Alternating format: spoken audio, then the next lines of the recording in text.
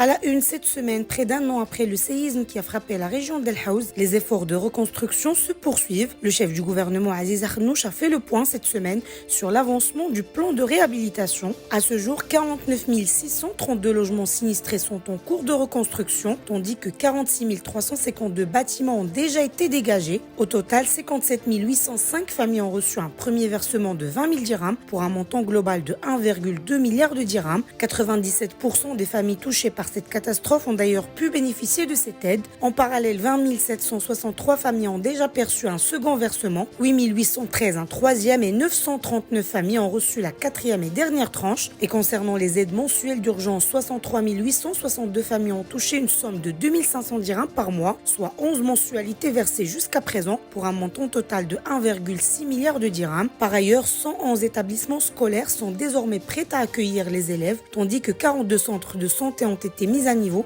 pour répondre aux besoins de la population. Cette semaine, le chef du gouvernement Aziz Akhnouch s'est rendu à Pékin pour représenter le roi Mohammed VI au sommet du Forum sur la coopération sino-africaine, accompagné de Nasser Bourita et de Mohsin Jazouli, ainsi que d'une délégation d'hommes d'affaires dirigée par le président de la CGEM, Cheikh Blelej. Akhnouch a réaffirmé l'engagement du Maroc à renforcer une coopération pragmatique et solidaire avec la Chine dans un partenariat gagnant-gagnant au profit de l'Afrique. Les discussions de ce sommet ont souligné l'importance de l'événement dans des secteurs essentiels pour le développement du continent, notamment l'industrialisation, la modernisation agricole, la gouvernance, les infrastructures, ainsi que la paix et la sécurité. Ces priorités ont été formalisées à travers 2 documents clés adoptés par consensus, la déclaration de Pékin et le plan d'action 2025-2027 qui guideront la coopération sino-africaine dans les années à venir. Côté sport, les athlètes marocains participant aux Jeux paralympiques de Paris ont récolté à ce jour un total de 8 médailles, 1 en or, 3 en argent et 4 en bronze.